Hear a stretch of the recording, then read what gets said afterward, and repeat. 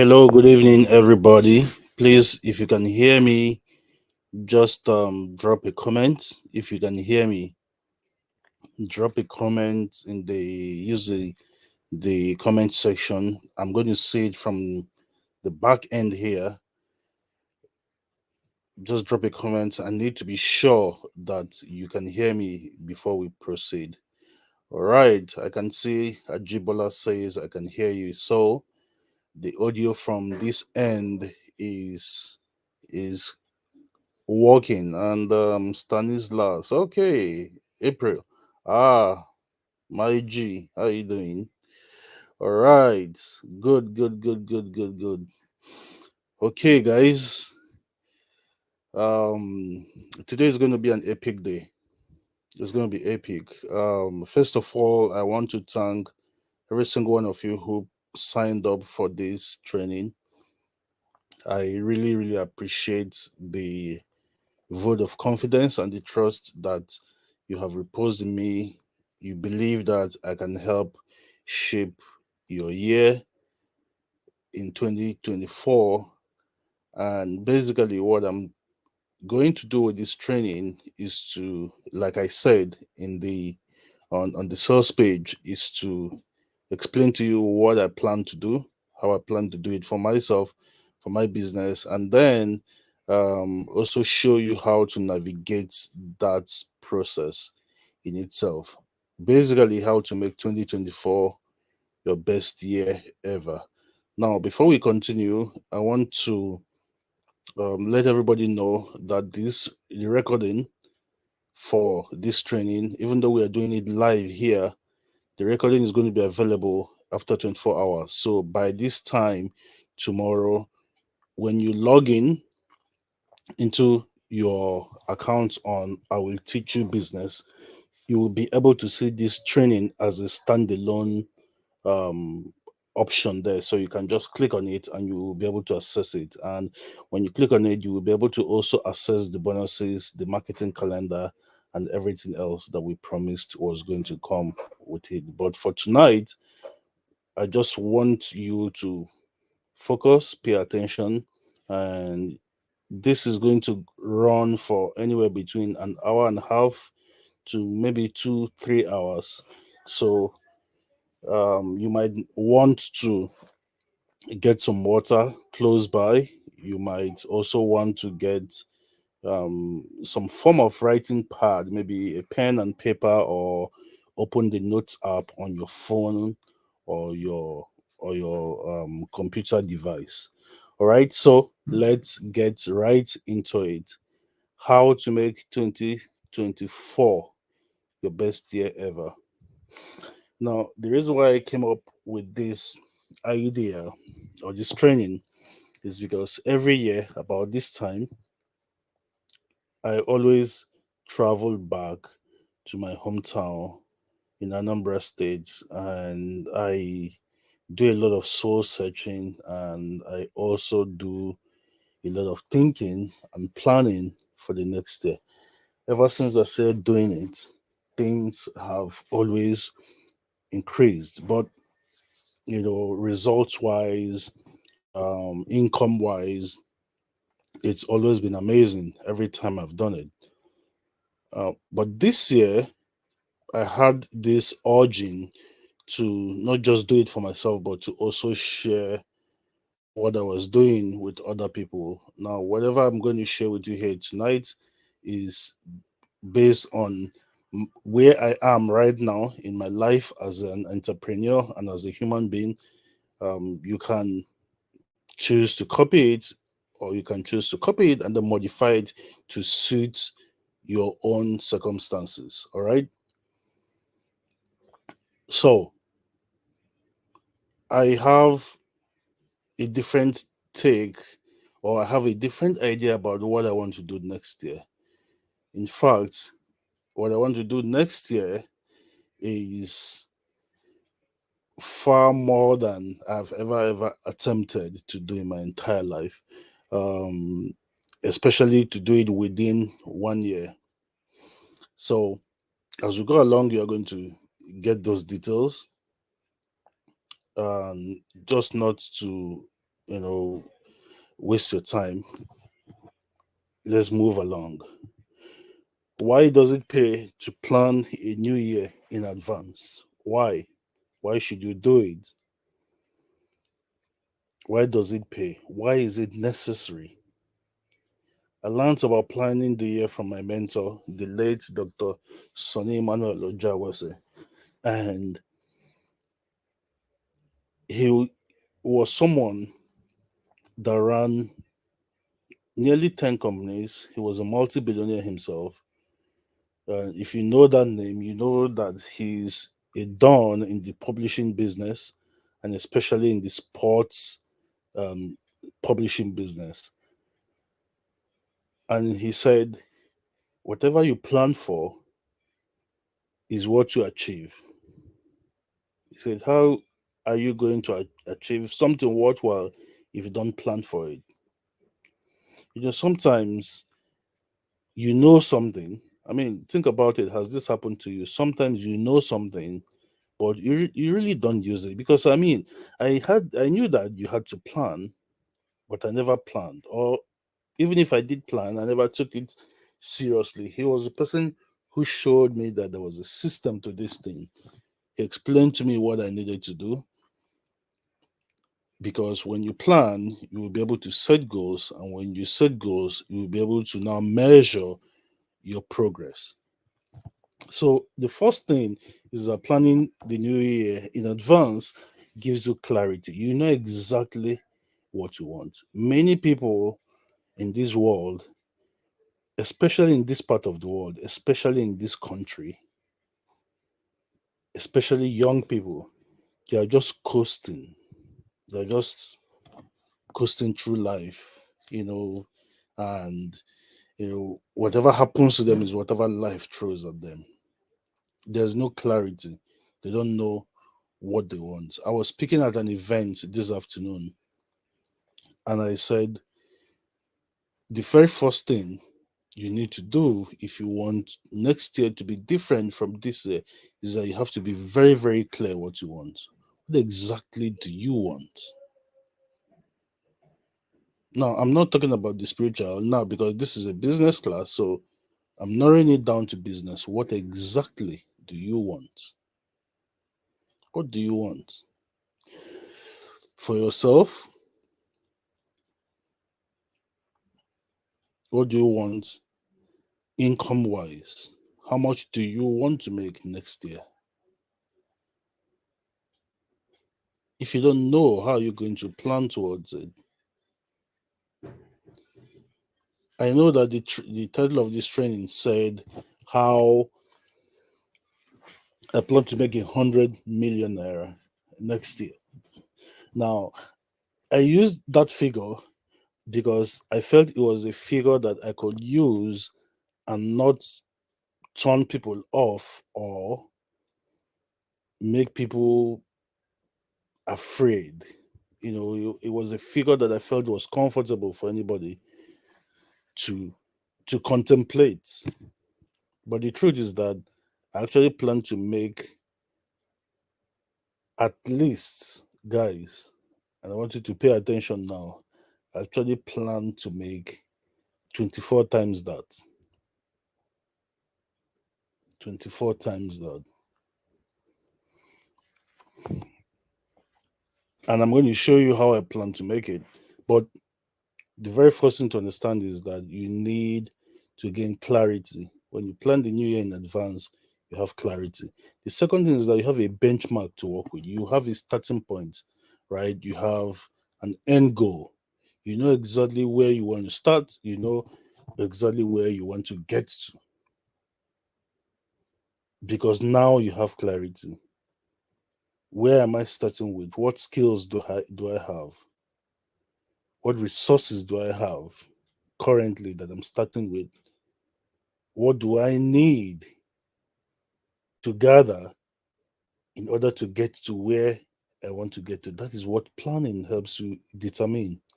Because when you plan, you have to pay attention to what you have, what resources you have, what things you have to work with, Are they things that will help you get to where you want to get to, or do you need to add? Do you need to add more skills?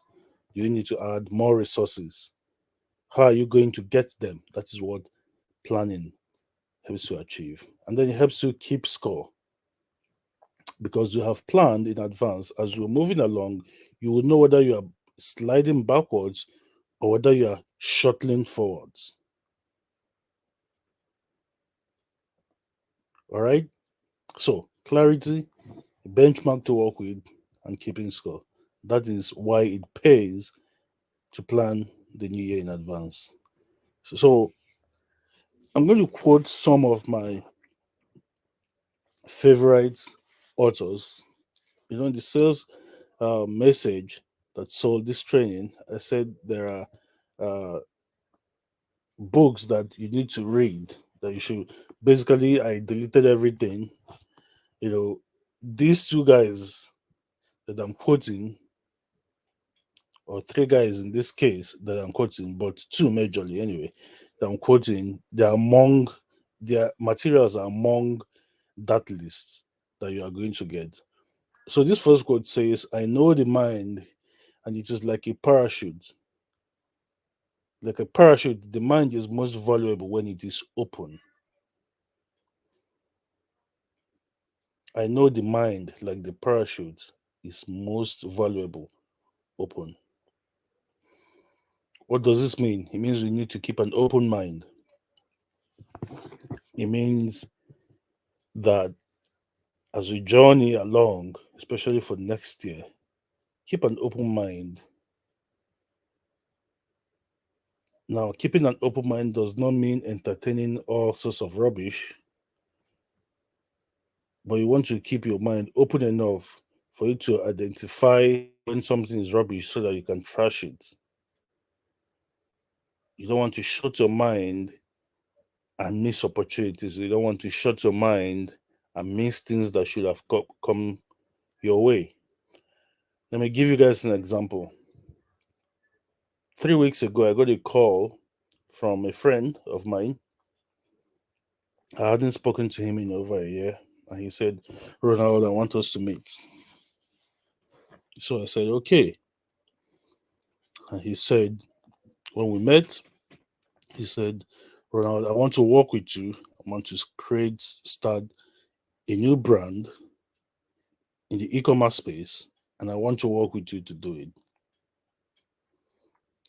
So since then, we've had maybe two more discussions, maybe three, and we're making progress. I'm going to work with him to do that, even though that is not something that I planned for myself next year. Now, that is not even part of my grand plan, but I'm doing it because it doesn't necessarily involve my personal involvement. I'm just going to be there as an advisor and a director, right? Quote number two. Here's the trick about money: the understanding that it is available in unlimited supply and readily replaceable changes everything. When you understand that money is available in unlimited supply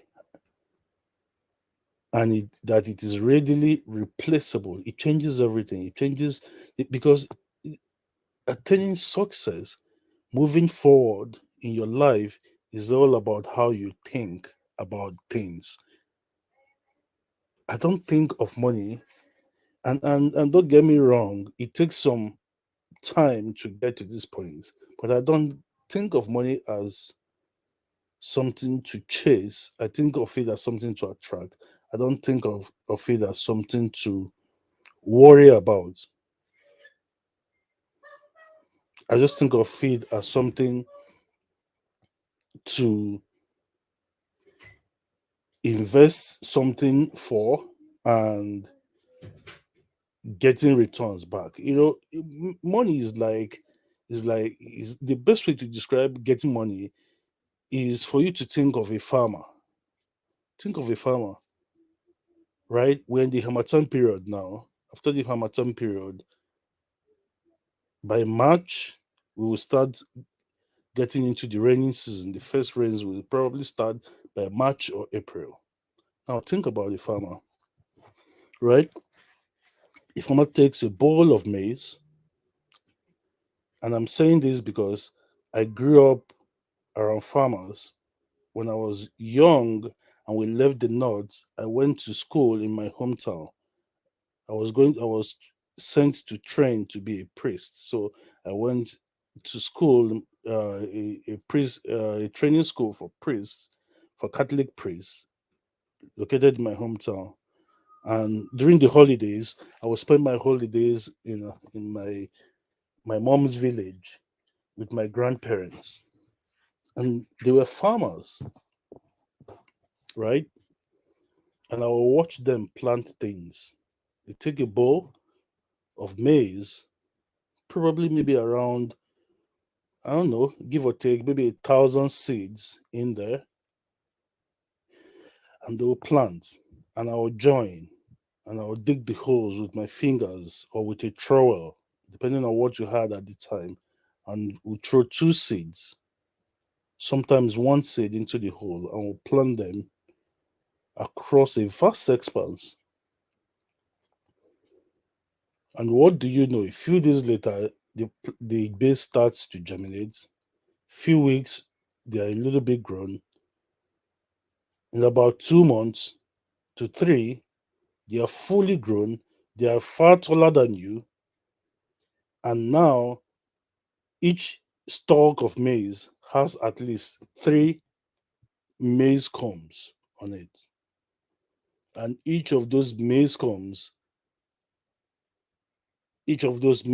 probably have at least 300 to 400 seeds on them. Each one.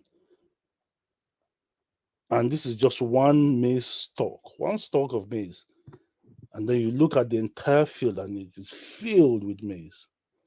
All of this was bettered because someone was willing to plant 1,000 seeds across this vast expanse of land, water it, weed it, nurture it, and wait. You see the lessons here, guys. When you put something in, you are going to get something back. That is what it is with money. That is what it is with income. I want you to start thinking about your business like that. I want you to start thinking about income like that. You put it in, you get it out. That is the essence.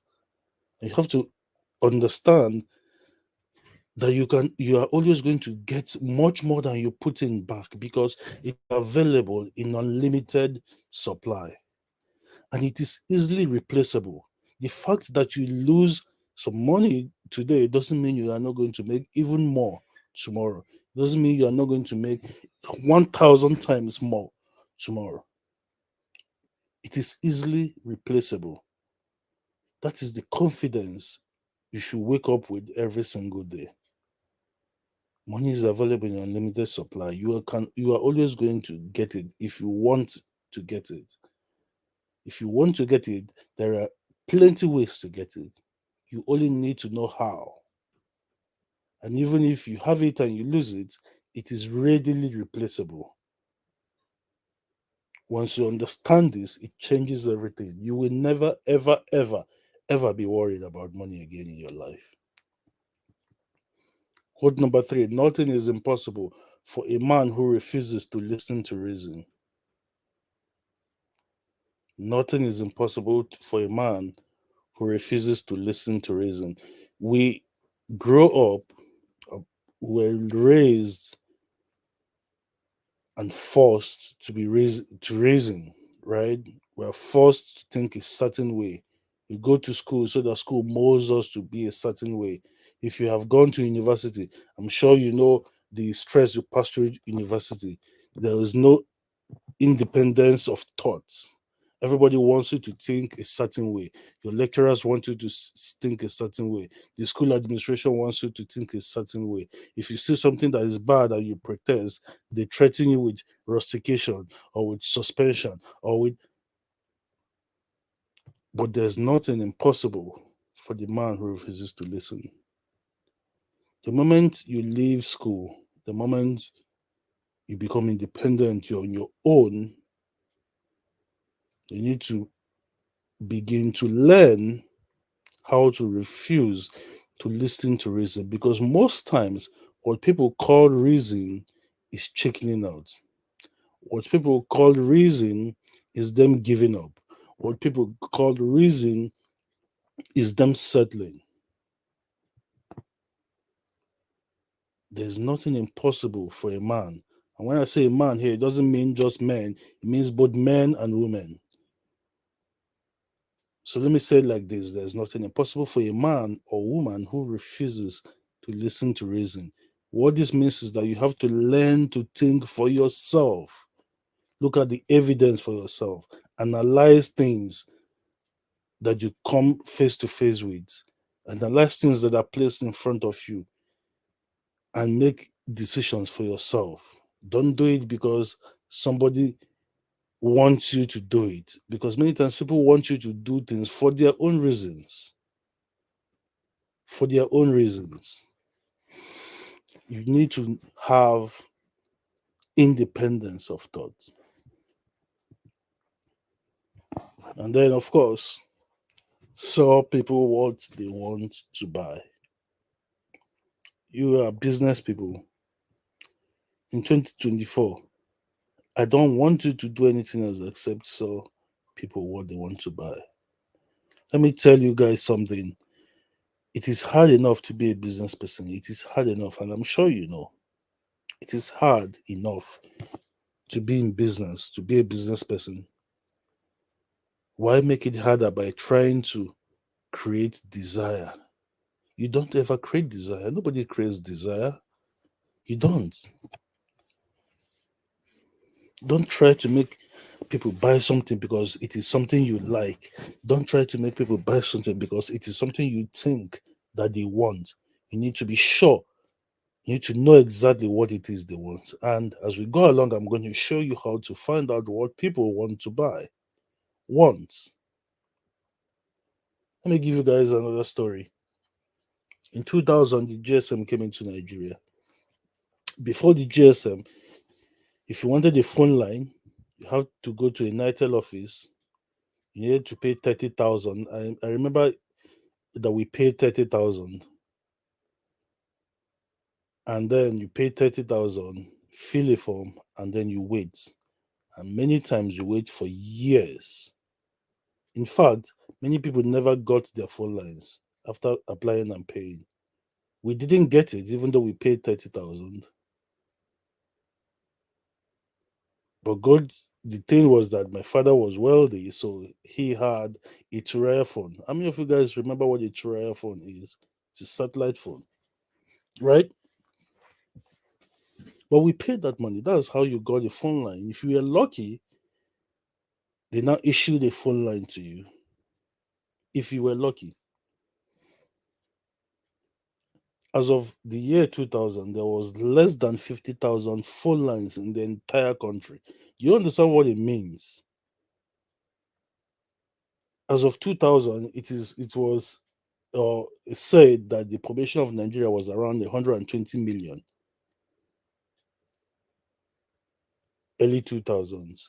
And there was, out of 120 million people, there were less than 50,000 phones. 50,000 versus 120 million. In fact, when the government of Olusegun Obasanjo, when they announced that they were going to issue the licenses, one company called Vodacom, again, it goes back to this quote about keeping an open mind, right? It goes back to this quote. But this company called Vodacom, they came to Nigeria. They commissioned a company to do market research to determine whether they should bid for a license. They were the number one phone company in South Africa and in all of Africa at the time, actually. They were called Vodacom, right? So they commissioned this research, and the research told them, after they had concluded research, the research told them that the available market for phone lines in Nigeria was not more than 500,000 lines. Not more than 500,000 lines, guys. Not more than 500,000 lines. That was what the research told them. That was what the research told them. So they refused to bid for a license. They refused to bid because they had reasons. They had reason why the hell should we bother with spending all that money to win a bid and providing the infrastructure only for us to only sell 500,000 lines. So they refused to bid. And their smaller competitor in the same South African market, because their headquarters was in South Africa, the smaller competitor in the African market called MTN. MTN didn't mind. They decided to bid because they looked at the population, they looked at the number of phone lines that were available, they looked at how eager people were to get phone lines. So they decided to bid. Well, we know how that story ends, don't we? Vodacom did not bid. The licenses were issued. MTN bidded. Today, MTN is the number one telecommunication company in all of Africa. Vodacom is not even number 3 anymore. People wanted the phone lines. In fact, they not only wanted the phone lines, they needed the phone lines, guys. They needed it. This was how eager. Do you understand? You guys remember that back then the phone lines were selling for like the SIMs were selling for like 50,000 with a Nokia 3310. And then if you wanted the higher end phones, you had to pay as much as 105,000 and above. My father, the SIM that my dad still uses today, I was the one who went and paid for it. It was 16,500. These days, you go to the streets and you buy it for 100 naira. Sometimes you even get it for free on the days they are doing road shows.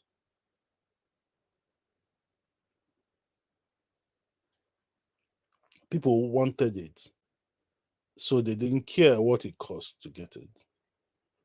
In 2024, I want you to have this at the back of your mind. We are only going to sell what people want to buy. And I'm going to show you how to do it. I'm going to show you how to find what they want to buy. And then this is the last quote for tonight. The problem is you think you have time. It's a quote by Buddha. The problem is you think you have time. Ladies and gentlemen, we don't have time. And no, you're not going to die tomorrow. But you don't have time. Success loves speed. Money loves speed. The person who is fastest to implement, even though he fails, he learns faster. He figures out his mistakes a lot faster than the person who is sitting down thinking about it, than the person who is thinking about dilly dallying. The problem is you think you have time. There is no time to dilly dally. If from January 1st, before you blink your eye, it is August. Then you blink your eye again, it is December 2024. There is no time. What does this mean? It means that you have to have a sense of urgency in your life for 2024. You've got to have a sense of urgency.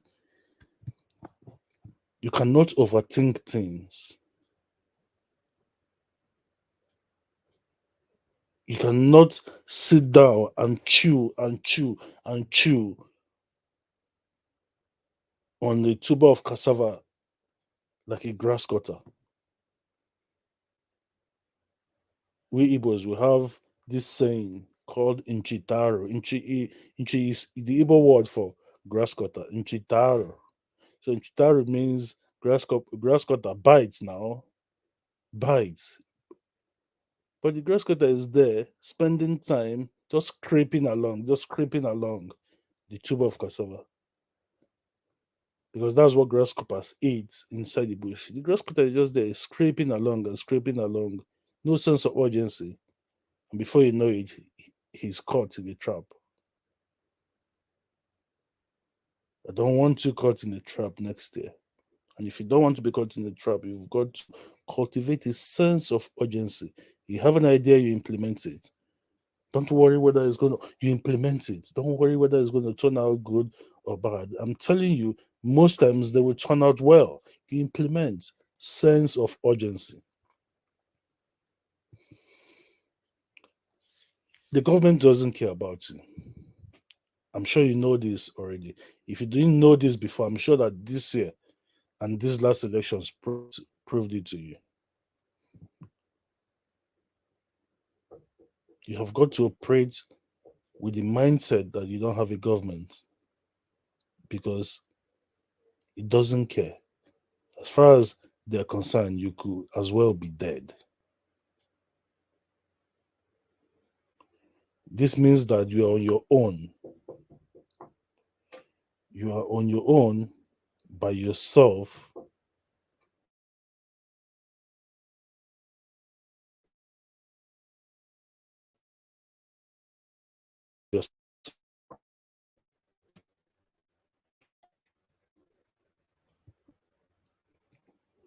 And the only way you do that is for you to become an absolute killer. That is the only way you do that. You become an absolute killer. You must make sure that you are going all the way, that you do everything that you need to do. You have your sense of urgency, and beyond your sense of urgency, that you are implementing. Killers implement. Killers implement. Of course, when I say killer, I don't mean killing somebody, taking somebody's life. What I mean is killing every idea. Implementation, sense of urgency. You go hard. You go hard or you go home. That is the mantra. You have to become an absolute killer, guys, if you want next year to change. Because again, you have to do what is necessary so that you can eventually be able to do what is desirable. There are so many things that we want in our life right now that is desirable, but we don't have it. But we don't have it because we have not done the things that are necessary. We don't have them because we don't have you've not done the things that are necessary. You have got to do the things that are necessary in order for you to have the things that you desire. Give and take. That is how life works. Again, think of the farmer. You plant 1,000 corn seeds, then you harvest tens of thousands. One corn seed that you put into the ground grows into a stalk and produces three cobs on the stalk, and each cob has 300 seeds. So you've gone from one seed to 300. Well, what is the necessary thing that a farmer has to do? What are the necessary things that the farmer has to do? The farmer has to source the seeds. You see, the farmer has to source the seed. Then the farmer has to go and figure out the best portion of soil to put those seeds in so that those seeds will grow. But then his job is not done, guys. The job is not done. He now has to watch those seeds, see the ones that are growing well. If they're not growing well, he pulls them out and replants them. And then he has to water the seeds. And as they grow, weeds are always also going to come. Now, I want you again to look at this way. The weeds, what are the weeds? I mean, juxtapose this with business, right? A farmer business. You are the farmer. You are a business person, right? You invest in a business or invest in a training like this. That is the seed. So you start, right? You maybe you decide to import something and you choose the product, you import it, right? And then you start.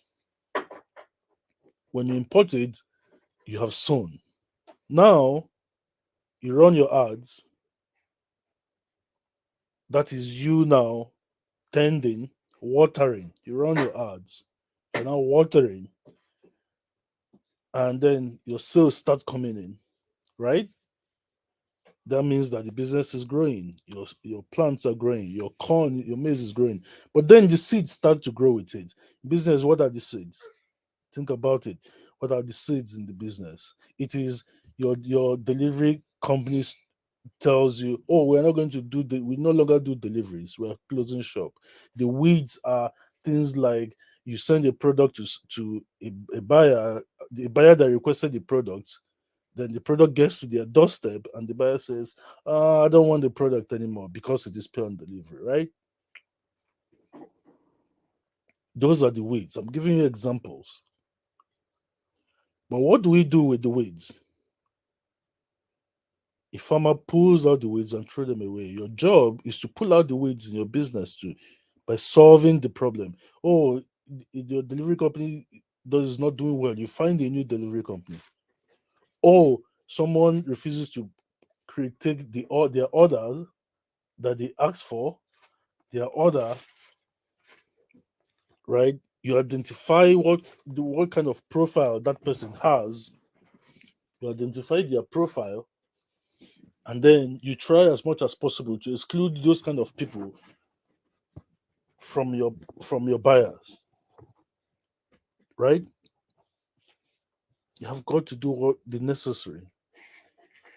Sometimes the necessary means that you live in your current place for 1 year instead of the next place where you want to move to. The necessary sometimes means that you live there for just 1 more year so that you can take the money you will have used to pay for the rent, invest in the business, now grow it, and then by the end of the year, you can now go to where really want to be, where you really desire to be.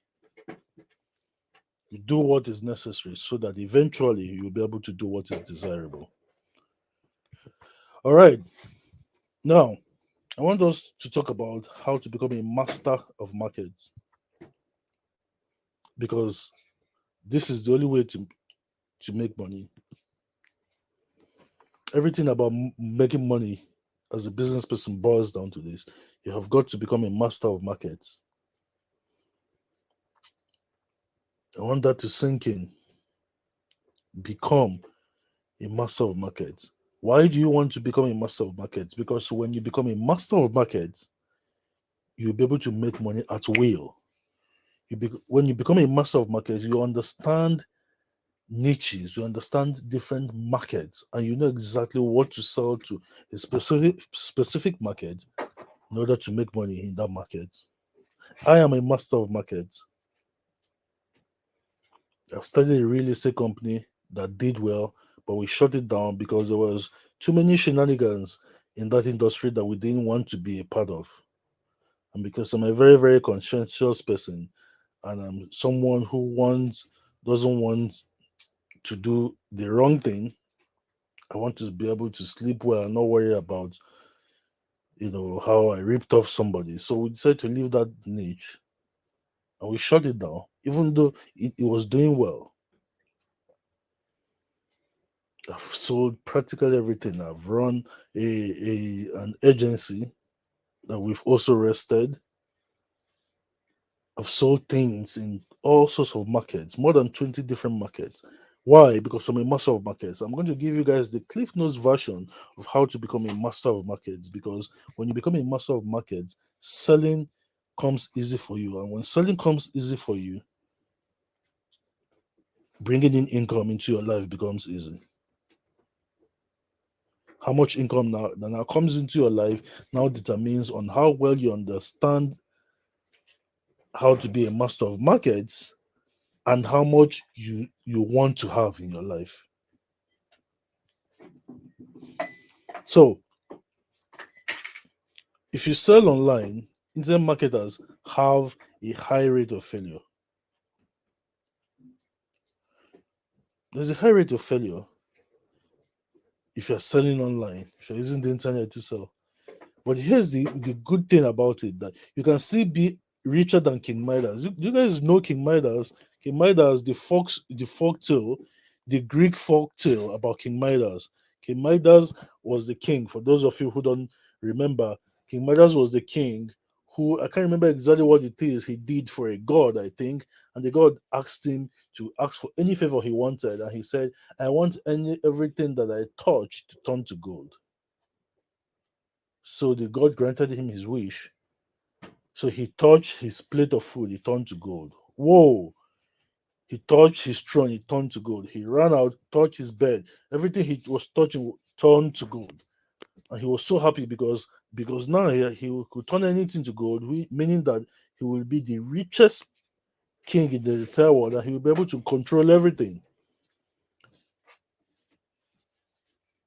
But then his daughter came in, and his daughter ran to him and hugged him. And when he touched her, his daughter turned to gold. And then he starts crying and starts begging the god to bring his daughter back. And the god said, "Okay, I will make you lose the power." And then he lost. God withdrew that power from him, and he got his daughter back. And every other thing that he had touched before, all of them turned back to the original thing. Anyway, that is by the way. But my point is that with all of that gold that King Midas had, right, you can still be richer than him, even when you fail 99% of the time. That is the great thing about the internet. The internet allows you to fail and still be a success. You fail because your margin of failure is small. Your margin of failure is very, very small, right? So it's easy for you to recover. It's easy for you to recover. So you just try again and try again and try again, and then before you know it, you hit,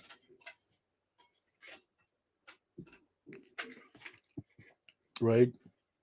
Like I said before, desire is the hardest thing in the world to create. If you're going to become a master of market, you have to understand that you cannot create desire. Or maybe sometimes you can, to be honest. But it takes a lot of time, it takes a lot of efforts, and it takes a shitload of money to create desire. And you can even do all of that and still fail at creating desire. Desire is the hardest thing in the world to create. So if you want to become a master of market, you have to not think about creating desire, because I see it a lot. People try to sell something, then try to convince people to buy it. They are trying to create desire for the thing that they're selling. It doesn't work. It doesn't work. Let me explain using an example about why you should not bother about creating desire, right? You know how many people are the Jackpot phenomenon, right? Jackpot. Do you need to convince people to Jackpot? If you have a way for them to Jackpot, do you need to convince them? No, you don't, because you don't have to create that desire. That desire is in everybody. Everybody. Maybe not 100%, but the majority of people.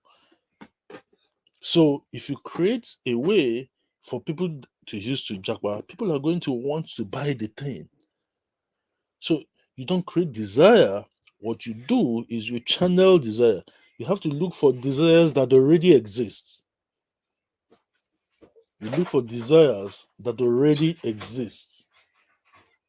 And then you channel those desires towards a product or towards an offer. All right.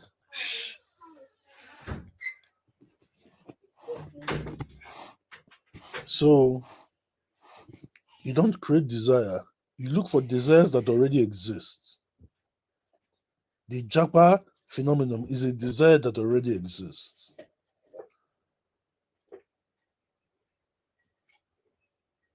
The need to make money and increase income and wealth is a desire that already exists.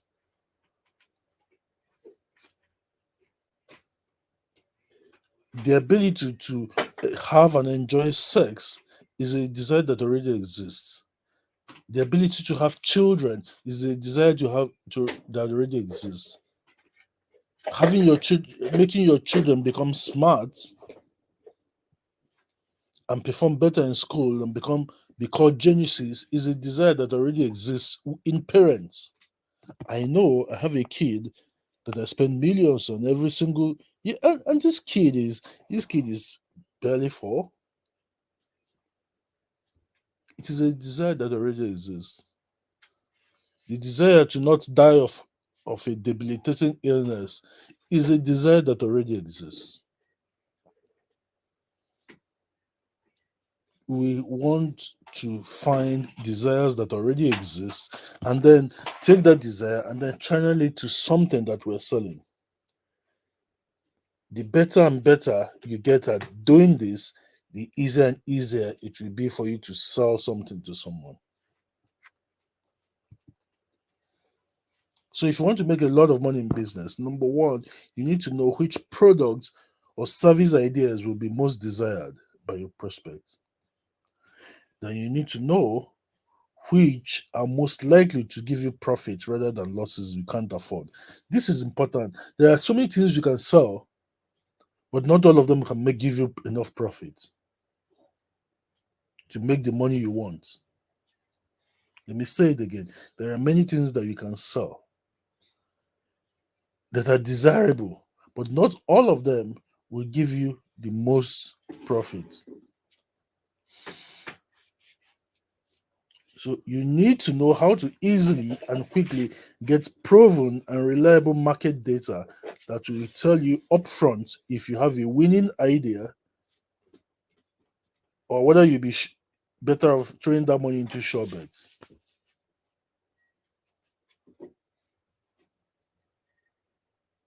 And then you need to know all of this info before you spend even one kobo on any kind of product development or production or promotion or spend weeks and months wasting valuable time developing a disaster that is waiting to happen. So you need to know which products and service ideas will be most desired. Then out of those ones that are most desired, you need to know which ones to pick that will actually make you money rather than losses. And to be able to do this one and two, you need to know how to easily get reliable market data that will tell you upfront if the product is going to work or not, if there's a market for it or not. You need to know these things before you even start working on product development or production or promotion. The worst thing you can do as a business person, especially next year, is to create a product and start looking for who will buy it. Or come up with an idea and start looking for who will buy it. I get you guys, if you understand the number of DMs that I get every day of people who do this, it is crazy. We don't do that here. We don't do that here. We first of all figure out that the market exists and that the market exists for the kind of things or the kind of ideas that we have in our mind, and that that market actually pays for that kind of idea that we have in our mind, and that we are going to make money selling it if we do create it. We need to determine these things before we even get started. Let me give you guys another example. If you create a car, people going to buy it. Yes, of course, people buy cars. If you create a new car brand and you market it where people are going to buy it, it is what it is. There's a market for cars. Maybe they might not be able to buy brand new. Maybe a lot of people might not be able to buy brand new, right? So maybe instead of creating a car, you see how you switch from idea to idea. Maybe now instead of creating a car, your own car brand, maybe you just import used cars and sell. You get it now. So, what are the three key financial elements that determine whether you will lose money on a project or make high profit? Number one is product price. The product price. How much are you going to sell the thing for? Number two is the markup. The markup means your margin, your profit margin. Profit margin. And then number three is what does it cost you to sell it? Product price, your margins, which means your profit, and then does it cost you to sell it? So when if I'm buying a product or I'm having the landing cost of a product because I'm in e-commerce, so let me use my niche to explain this thing. So if I my landing cost for a product is, let's say it's 6,000, right? And it's costing me 1,500 to sell it. That is the cost per order, right? Now my entire cost, and I'm going to illustrate these things for you as we go along. But my entire cost now is at around 7.5, right? Now I need to put a markup. How much do I add on top of 7,000 in order to make good money? So now that is up to me to decide. How much do I add in order to make money? That is what markup is. The cost per order is how much is it costing me to sell it? How much am I spending on ads? How much am I spending on the marketing activities, on delivery, cost per order? The product price is what is my cost for making the product available. So this is how you analyze the market opportunity. Determine what you are going to charge for your product. How much does it cost you to produce it? Your fulfillment costs. This includes bonuses, shippings, merchant account fee. Merchant account means like if you're using Paystack to sell it, because Paystack will collect a fee for processing the payment, right? The size of your projected market of buyers, people who have already bought a similar product, not the number of people merely searching, right? And then the cost per piece to reach the prospects or the cost per conversion. These five things are what I just explained. This is what you decide. This is how to analyze the market opportunity. So every time I think of a business idea, the first thing that I think of is how much, what is the potential price that I can sell this thing for? If I don't think I can sell it for at least 100%, I simply abandon it. I don't even bother about anything else. If I look at the market data, I look at people selling something similar, I look at the product costs, and to me, I see that I cannot sell it for at least 100%. I just don't bother with it because it's not worth my time.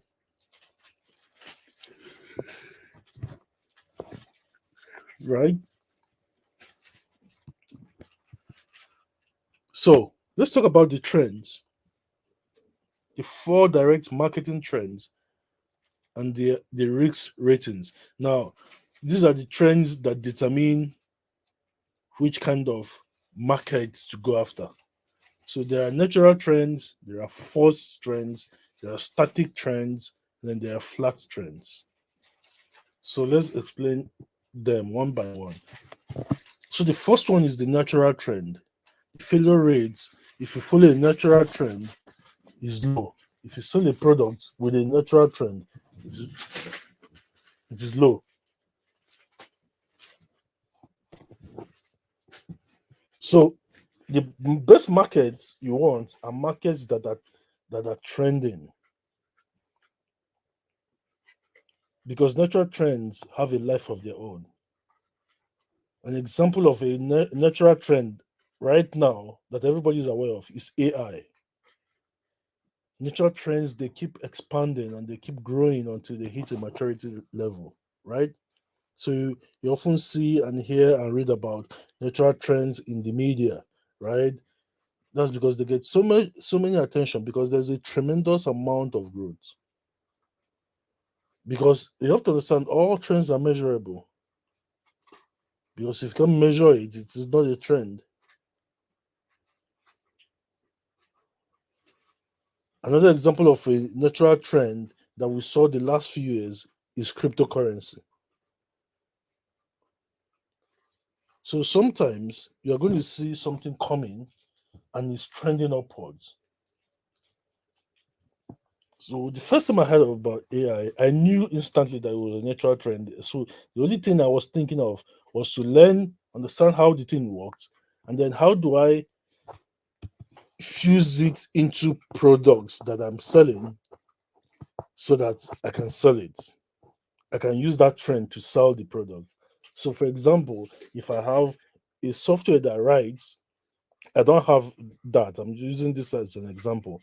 But let's say I have a software that helps you write novels, right?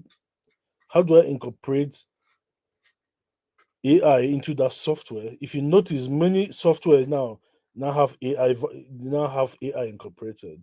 That's because people are latching onto the trend because they know the trend is hot. Because now they can come and tell you, hey, this our service now has AI because it will get attention and get them more sales. So I can ask myself, how do I incorporate AI into this so that I'll be able to sell it faster, right? Now the next trends are forced trends. So forced trends are natural trends that have become, they've hit maturity level, right? And now they've grown to the point where people are now okay. Sorry, my bad. Forced trends happen when someone is required to do something. So, for example, government may put a regulation and say, this is what you must do if you must do this kind of business. We saw it last year when the government said, "Oh, you cannot do crowdfunding again." You know how people collect money from people to invest in things. The Nigerian government has now said, "Oh, you cannot do crowdfunding again unless you have a SEC license," and the SEC license costs 50 million, right? So now, if I want to do a business that requires me to collect money from different people, I have to go to SEC and apply for a license and pay 50 million. For example, in Nigeria, if I want to do an insurance business, right? I want to do insurance. I have to go and get an insurance license. An insurance license in Nigeria is 500 million. So all the businesses that are affected have to come into compliance before a deadline, right? They have to. So so let's say you have a solution for people that will help them navigate that, right?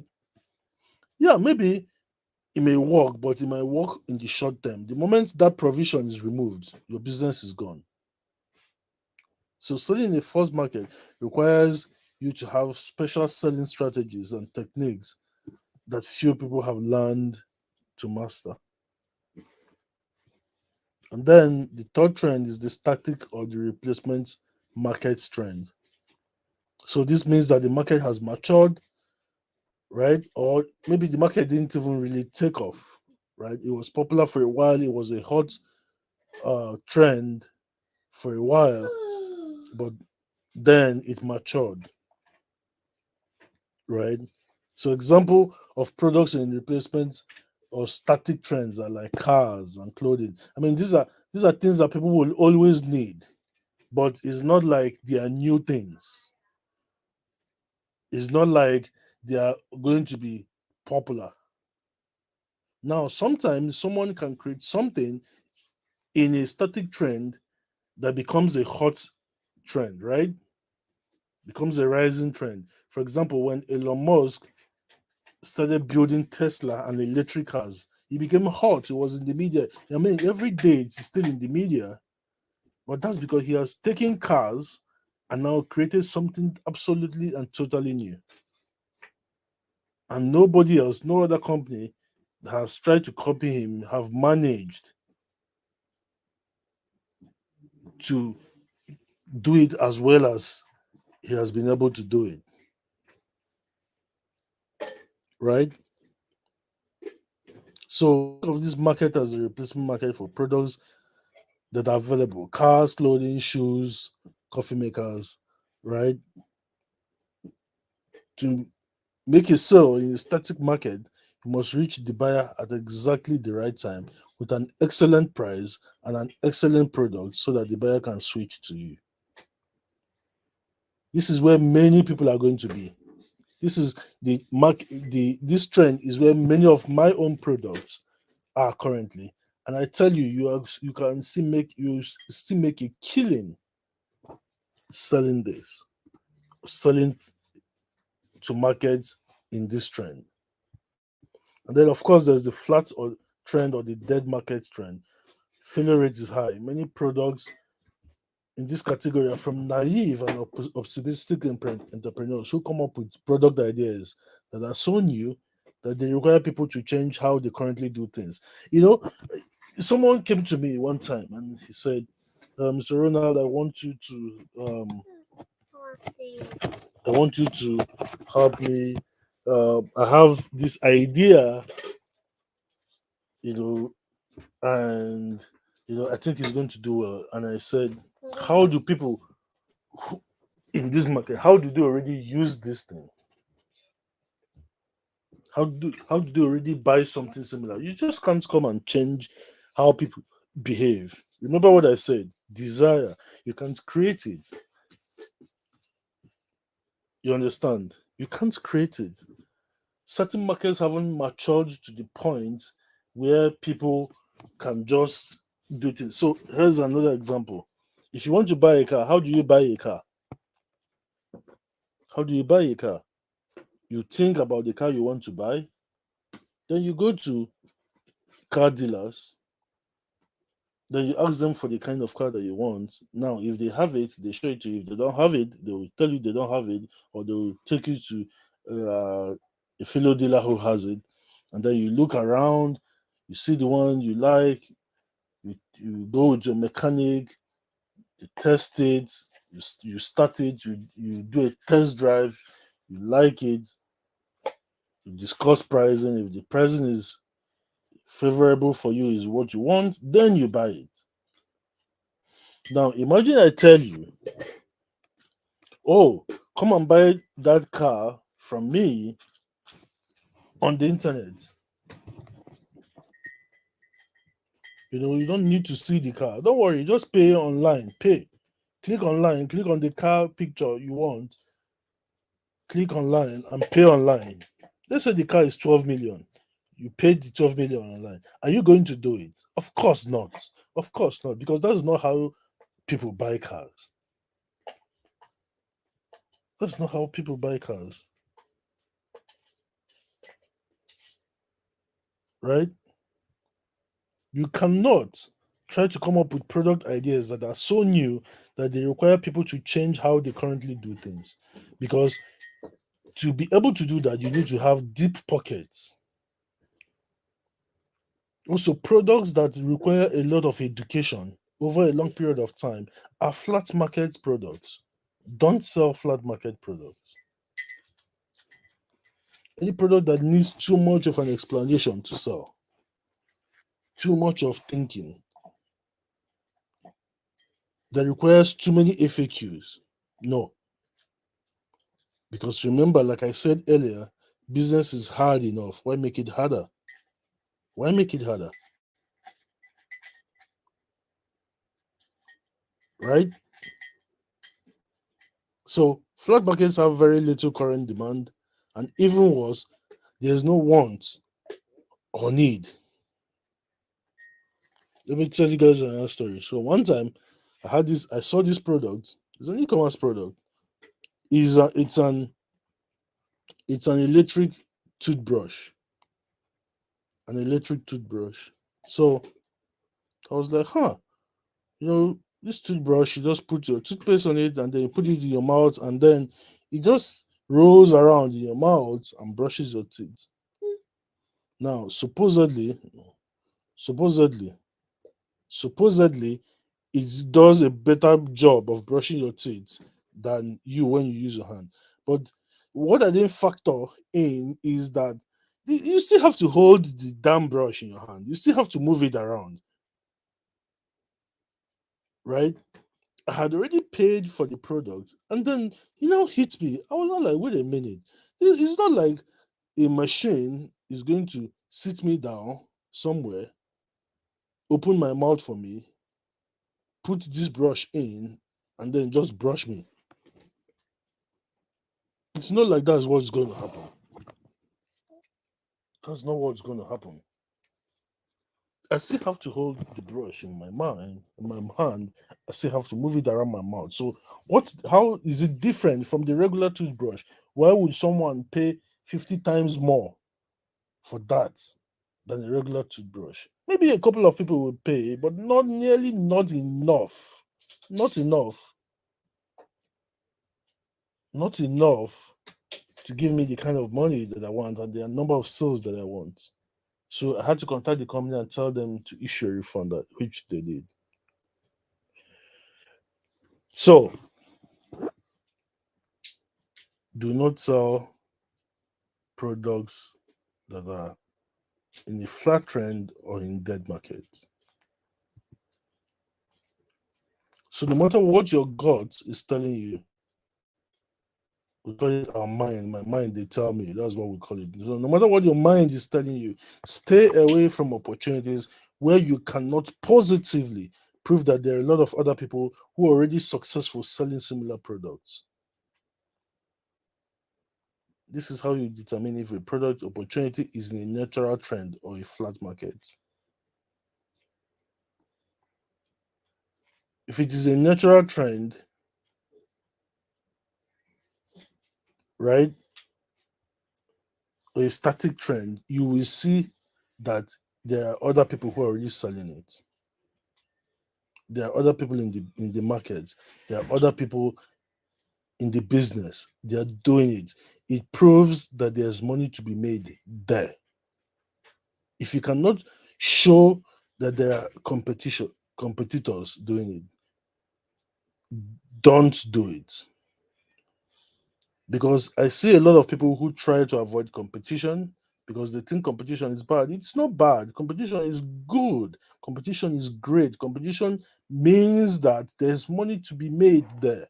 Your job is to know how to overcome the competition. How do you overcome them? You do overcome them by selling better, by knowing how to sell better, by knowing how to get your leads faster and more cost effectively, and how to get better quality leads than the other guys do. That is how you do it. That is how you do it, guys. So, how do you determine if a product opportunity is in a natural trend, a flat market? This is how you get your data. Number one is your buyer keywords. Buyer keywords. So, there is what we call buyer keywords. Um, Google has a tool called the keyword search tool. So, people who come in and they type for things, they search for things on Google, right? And when they search for things on Google, they type in what we call buyer keywords. So, for example, if I go to Google and type how to how to cure pile in 7 days, or let's say how to cure pile in 3 days, that is a buyer keyword because it signals intent. It signals an intention. What that keyword is saying is that the person who typed it, there is the likelihood is trending very, very positively that the person has piles and the person is looking for a solution. But if the person types something like piles alone, just piles, maybe it's somebody that's doing a school research about piles, He's not. He doesn't have piles. He doesn't have piles. He's just doing school research, so he has to type it to get information around it. But the person who typed in how to cure piles, there you go. Now that is a buyer keyword. The second is government data. Many entrepreneurs in Nigeria, see, I know that we hate our government, right? At least the majority of us do. We dislike our government because, of course, our government is basically useless. But there is one parastatal in the government because of who led it for nearly 15 years, because of the man who led it, that you can trust. And that parastatal, you can trust them to an extent. That parastatal is the NBS, the Nigerian Bureau of Statistics. There is no data that you want that the NBS doesn't have. If you are going to choose a market, I want you to go to the NBS website, Nigerian Bureau of Statistics, and type in that market and see the sales data. See how much people are spending because they track these things, they do the surveys. You see how much people are spending. That is an example of government data, right? That is an example of government data.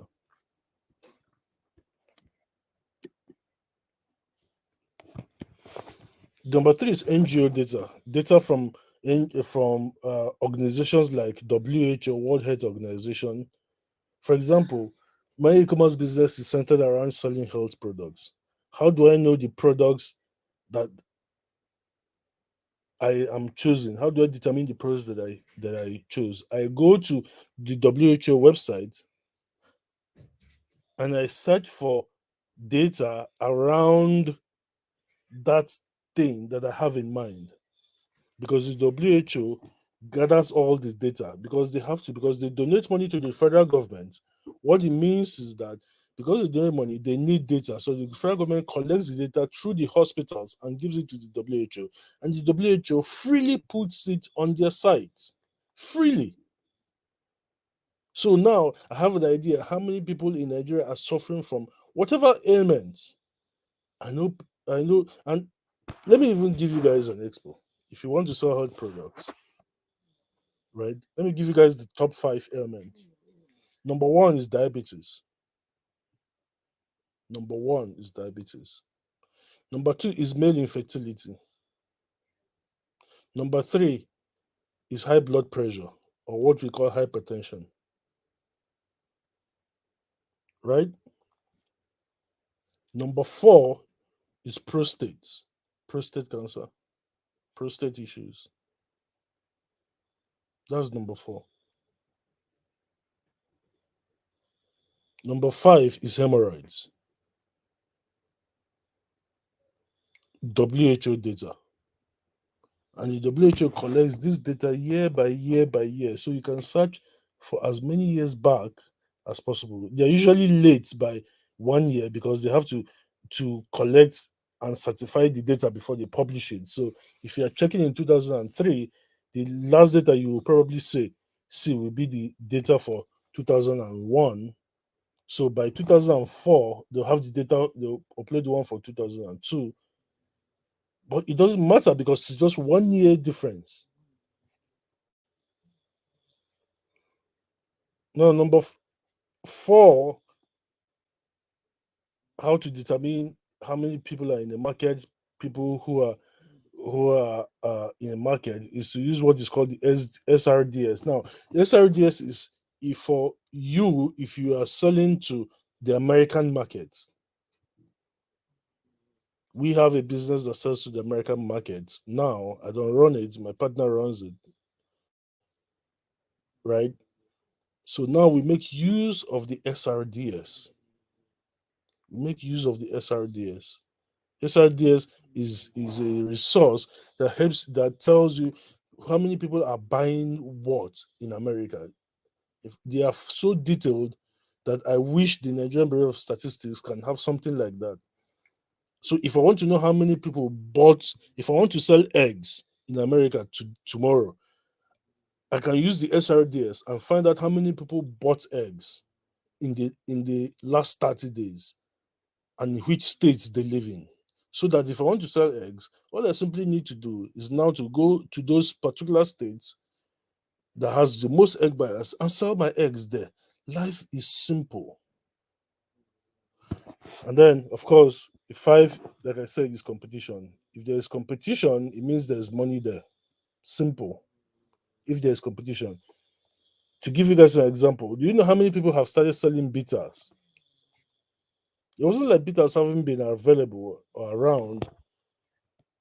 They've been around, but Alamo started, and then from Alamo we went to Casa. Is it okay? Alamo is the company is called Casa Preco. So Alamo Bitters started, and then in fact the bitters phenomenon got so popular in Nigeria that even normal companies started selling their own bitters like Guinness that now own Origin Bitters, right?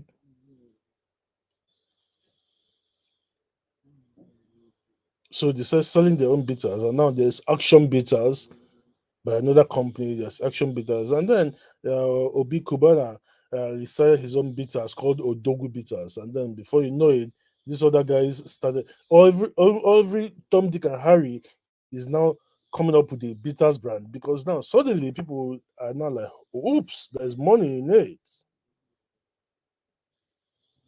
So competition is a good way to determine if a market is in is in the upward natural trend. What is the ceiling?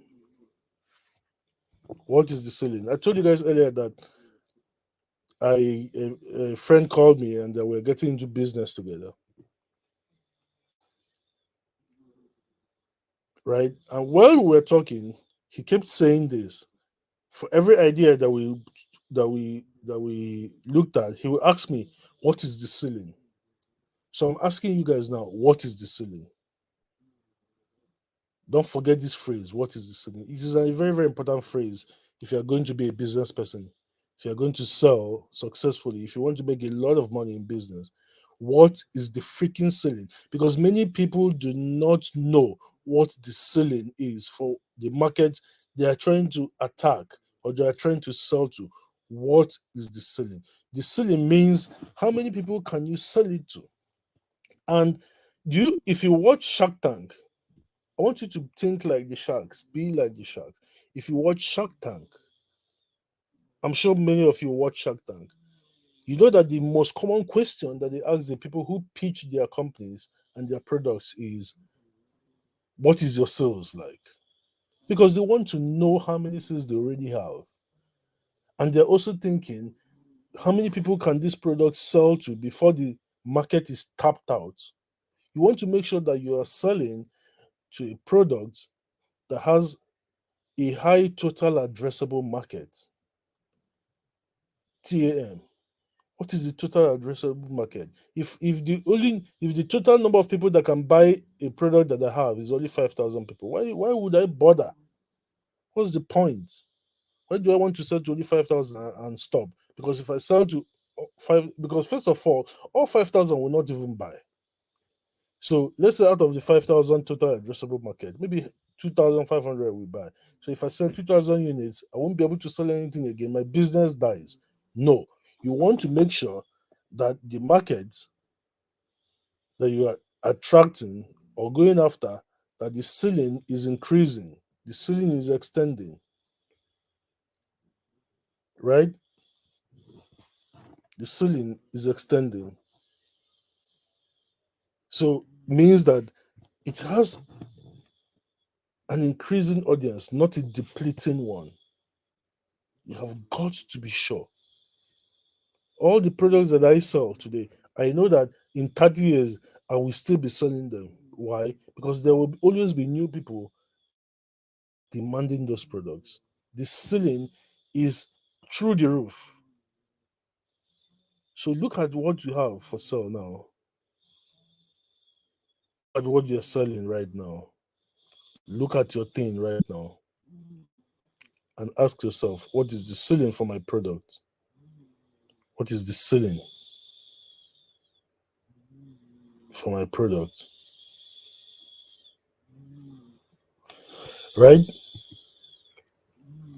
Now, let's talk about morning pain versus moving pains. Remember, when you're choosing a product, you are choosing a product because your product is supposed to solve a problem. That is what you're choosing your product for. Your product is supposed to solve a problem for someone. It's supposed to solve a problem for people. So you ask yourself,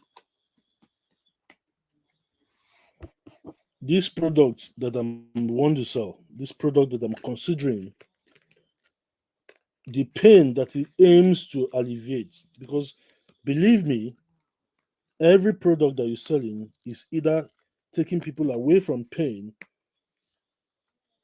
or leading them to it. And you want to make sure that your product is leading people away from pain. It is moving them away from pain. That is what you want. So you've got to ask yourself, this product that I'm selling, what kind of pain does it alleviate for people? Because there are two kinds of pain, guys. There's the morning pain and there's the moving pain. The moving pain. The morning pain is where you bitch and you complain, but then you don't take action. The moving pain is where there is fire under your legs. The fire is burning you, and it inspires you to take massive action.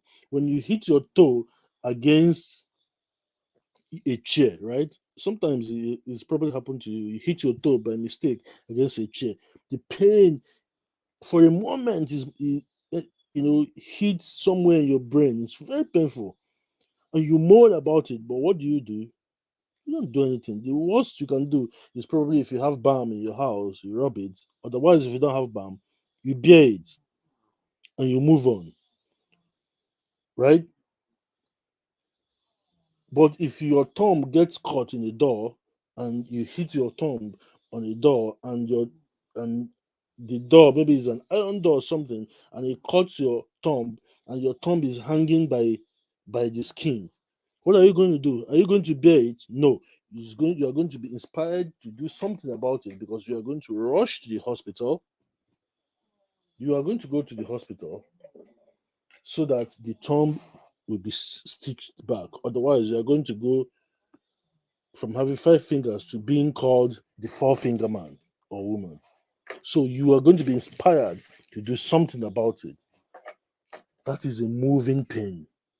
You want to make sure, guys, that your products, you want to make sure, guys, that your products are products that are based on a moving pain. As far as the Nigerian market is concerned, all I am concerned with is finding products that are based on a moving pain because the market is filled with people who think hard before they spend money. They have to analyze it and analyze it and analyze it. If my product is based on a moving pain, they will analyze it and many of them will say, let me manage. Right? I want it to be based on a moving pain because I know that a moving pain will make them prioritize that pain and spend money on it. Okay?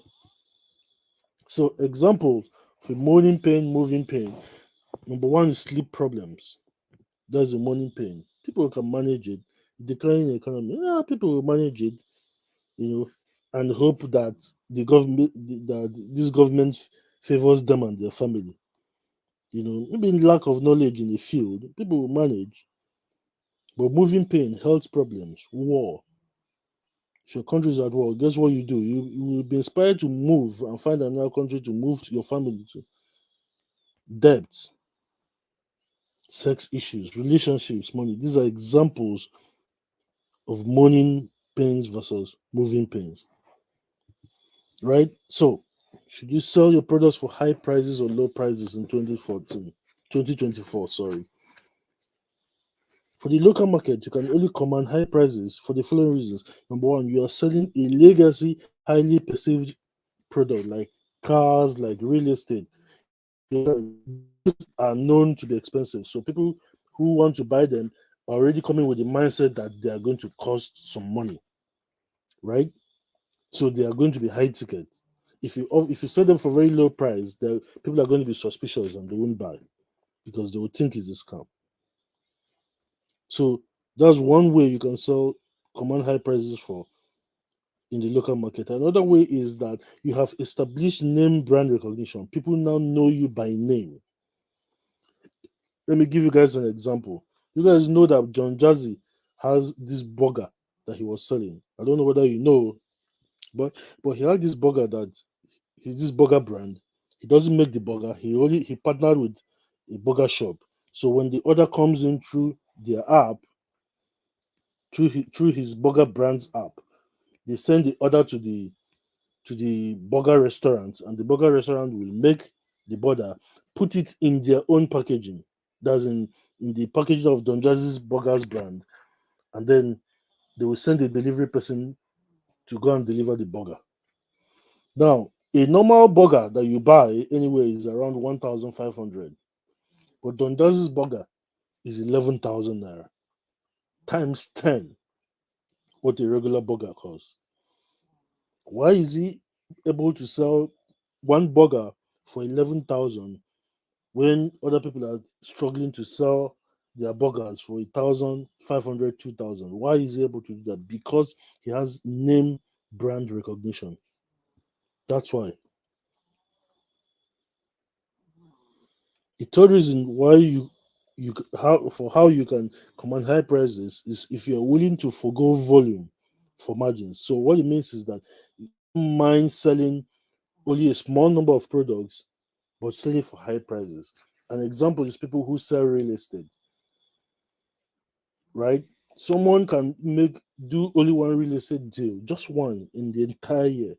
He sells one real estate, but he sells it for 1 billion and he makes 15% commission. And that 1 billion means that his 15% commission is 150 million. But he sold only one.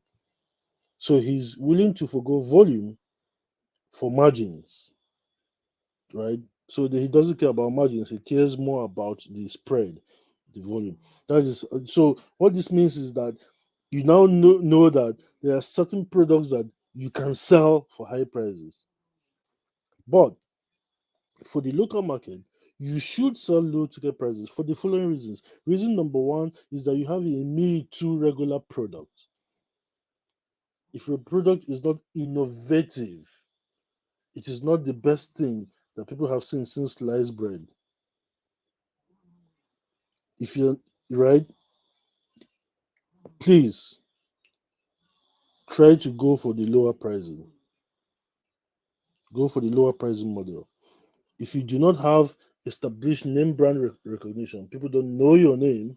And having name brand recognition doesn't mean you have to be as popular as Don Jazzy. People can know you. You can be popular within a specific group of people, right? If you do not do that, focus more on selling low prices. And then, because you're going to sell low prices, you have to be more interested in selling volume, selling more products than in the spread of the profit margin. All right. So you solve this problem by determining what is the cost of goods sold, your production plus delivery of the products, and then your markup. I've talked about the markup before. You have to your markup, anything that you're selling. Your markup is how much are you adding to your total cost? And what is your total cost of goods sold? Production cost, delivery cost, conversion cost. So your markup should be at least 100%. So let me share with you what I plan to do for 2024. Like I said earlier, this can be something that you copy verbatim if you want to. If you want more clarity on it after the training, you can send me a DM. I will share with you. I don't mind. But this is my plan for 2024. Remember that when I started, I said that I told you guys that the title of the training was was this is how I plan to make 100 million, but I actually want to make 24 times that. 24 times that. That's my plan. But it was too big a figure. I didn't want to scare people away by mentioning it, because some people, their brain will just shut down once you mention some kind of amount of money, right? I'm sure that some people's brain even shut down at the 100 million. But anyway, so this is my plan. Please modify as you wish. Modify as you wish. Your products don't have to be the same products that I am going to show you. They can be other products. Just make sure that you are using figures and numbers that you are comfortable with. Don't set your goals too low, because you meet them and then you be uninspired. But don't set them too high that you cannot hit them, right? So let's get into it. So the business for 2024 that I'm going to be running in Nigeria is going to be strictly Kairos Offers. Kairos Offers is our e-commerce performance marketing CPA network, aka is an affiliate network but for e-commerce. Right? That is the business, nothing else. That's what I've worked on for the last 2 years. That's what I'm going to work on again in 2024. Now, the way we're going to do it in 2024 is going to be a whole lot different, right? So, this is our sales goal for 2024. Our goal is to sell 20,000 units of our products every single month. 20,000 units. So, so let's break it down, right? Cost of goods sold, cost to land, right? Let's say it's 4,000. Cost to deliver the product, let's say it's another 4,000. Cost to sell it, that's what we call cost per conversion. Let's say it's 1,500, meaning that the cost of the goods, the total cost of goods sold is 9,500. Now, our sales price is going to be around 19,500. We've not made the final decision, but I know it's not going to be less than 19,500, right? So let's work with that. What it means is that our profit per sale is our sales price minus our total cost of goods sold. So that means it is 19,500, which is the sales price, minus 9,500, which is the cost of goods sold, which means that our profit on every sale is 10,000. Now, what it means is that if our sales goal is 20,000 units sold per month, and we're making 10,000 naira profit per sale, it means that every month our goal is to make 200 million naira every single month. When you extrapolate that through the year, 20,000 units sold per month times 12 months is 240,000 units sold. So 240,000 units sold per year times 10,000 naira profit per sale is 2.4 billion. We can also calculate it as 200 million naira monthly, which is what it is, times 12 months, which is still 2.4 billion a year. This is our sales goal for next year, to make sales, bring in profits of 2.4 billion next year by selling 20,000 units of our products at 19,500 with a profit of 10,000. Right? So, how do we hit these goals? How do we hit it?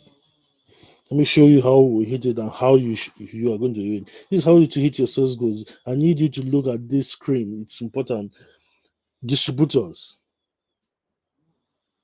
affiliates, joint ventures, content marketing, and advertisements. Right? Now, guess what, guys? You see that 2.4 billion? I can miss the mark. I can miss it by 95.8% and still make 100 million next year, which means that it can fail by 95.8%, and we are still going to end up making 100 million next year. So our goal is to do 2.4 billion, but even if we miss the mark, even if we make mistakes, even if we don't our 2.4 million, even if we fail, our plans fail 95.8%, we are still going to end up next year with 100 million in profit. Who doesn't like that? Remember what I said at the beginning. You can fail and still be richer than King Midas, right? So here's our 2024 marketing strategy. Our 2024 marketing strategy is content marketing 50%. We are going bullish on content marketing next year. Bullish.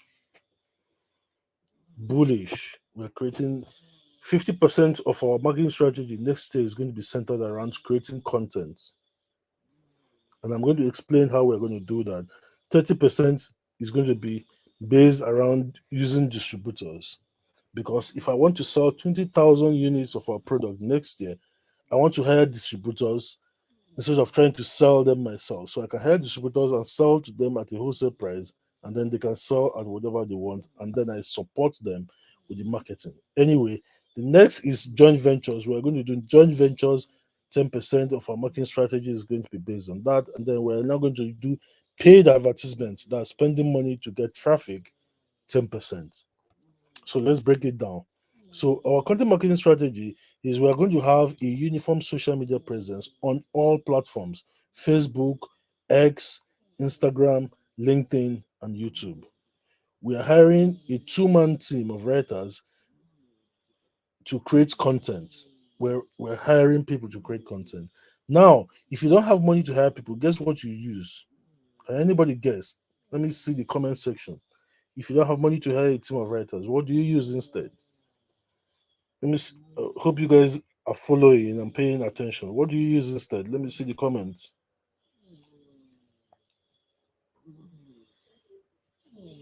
If you can hire a two-man team, DH Media says AI, Chat GPT.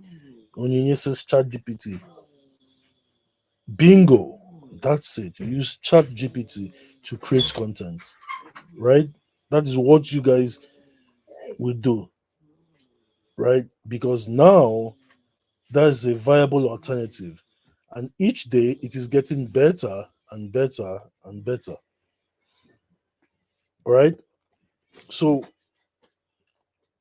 we're hiring a two-man team to create content, and then we're using buffer.com. We're using buffer.com for syndication. Now, buffer.com is a service that helps you to automate posting on social media. So you create content, you queue them up on Buffer. Buffer is the one that we are going to use. There are many of them that will do the same thing. So it doesn't matter whether the content is text or video. And by the way, you can use AI to create text and still use it to create video. I hope you guys know, right? So we use buffer.com to queue up the messages, the posts, select the times that we want the messages to be posted. And once that each of those times hits, the message will be posted. So we are going to add all our social media platforms on buffer.com, connect buffer.com to all our social media platforms, and then we are going to create the content and queue them up for weeks in advance so that every day we have something being put on our social media. Now, I'm going to show you how we intend to now funnel all of the people and all of the inquiries that we get from social media and turn them to sales. Let's keep going. So, for the distributors, our goal is to recruit a total of 40 distributors in all states across the country. This solves three issues for us. Number one, it makes our products available across the country. Number two, it helps us solve the problem of delivery. The biggest issue with e-commerce in Nigeria is delivery. So this will help us solve that problem because now we can go from days to a mere hours, and then it helps us solve the problem of quick turnaround from sale to cash collected immediately. So we are going from the sale to collecting cash very, very fast. So, like I said, we are recruiting 40 distributors across the states. Some states will have one, some states will have three, some states will have six, right? And some will have two. But we're going to recruit around 40 distributors, and these 40 distributors are going to put around 20 million in income into our coffers immediately. So they stock our products and we support them with marketing. What I mean by supporting them with marketing is we are going to help them, we create ads for them, we create trainings for them, we show them how to sell the products. And then if we do get sales ourselves from those states, sometimes we will push it to them for them to fulfill, right? So now for joint ventures, we are going to be partnering with Facebook group owners. We're going to be partnering with Facebook group owners and micro influencers on social media, right? Not just Twitter. I know I have Twitter here, but micro influencers on TikTok and Instagram and X and Facebook. What I mean by micro influencers are people who don't have the popularity, but they have people following them, right? You know, there are comedians. If in fact, they're like all these skit makers, comedians. They are not as popular as Nas Boy, for example. They're not as popular as Mr. Macaroni, for example, right? But they have 100,000 followers on TikTok. They have 20,000 followers on Facebook. They have 50,000 followers on Instagram. Those are the kind of people you should be looking for. Those are the kind of people you should be looking for. So we're doing joint ventures with those people. I don't really care about the big guys, right? Because if I get micro influencers, right, and also Facebook group owners are powerful. That Facebook group owners whose group talks about, for example, sex. There are some whose group talks about diabetes, all of that. If I have a diabetes product, I'll partner with them directly in a joint venture, and I'll give them 20% of the sales that we generate every time we run a promo on their side, right? So we are creating a dedicated JV partner link for them, and then we will do scheduled live training for their audience planned out every single month.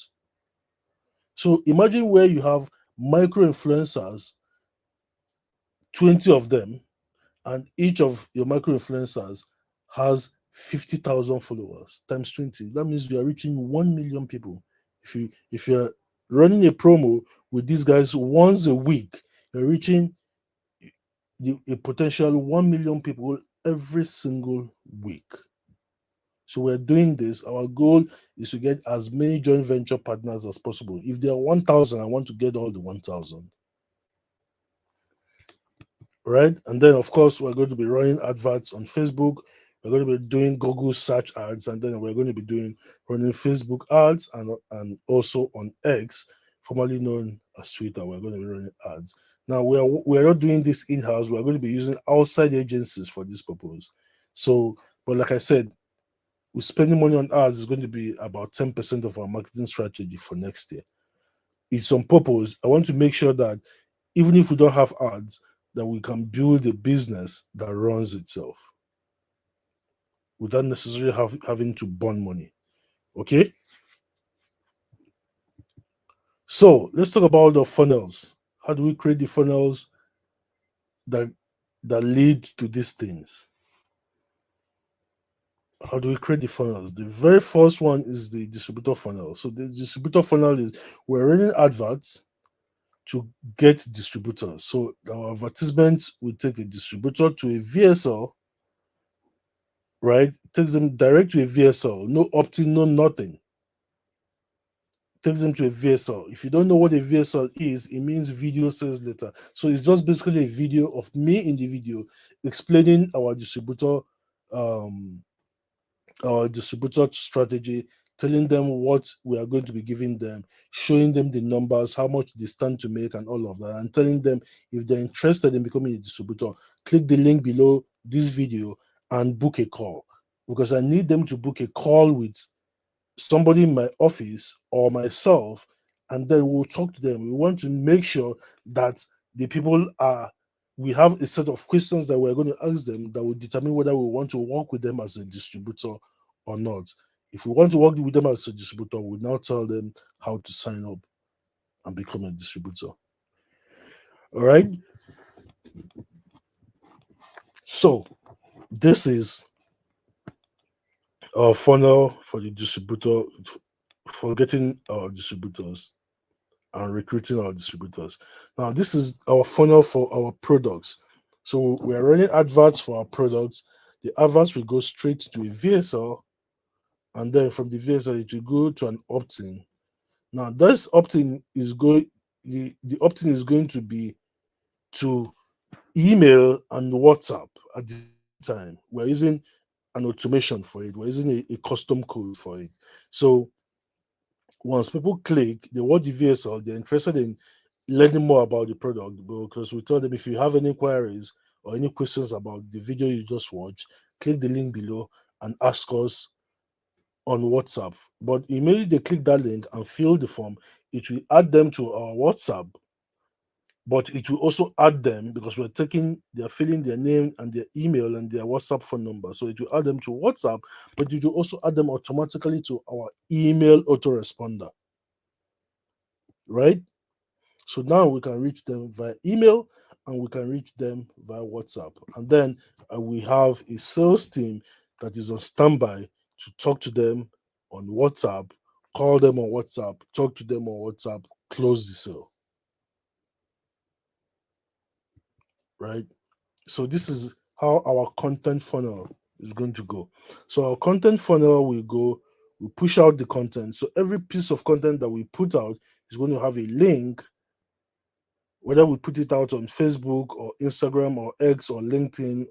So we're also going to try some radio. We're going to test radio. If radio works, we're going to do it, right? And also YouTube. I forgot to add YouTube here, but YouTube is part of it. So every content that we put on all these platforms, we go straight. We have a link that takes people who want to learn more to an advertorial page. Why an advertorial page? Because an advertorial is more content. An advertorial is more content. Because they have consumed content, there's no point sending them to a video. I was just send them to more content because they have proven that it is content that they want. So we'll take them from content to more content. So we'll give them more content in the form of an advertorial.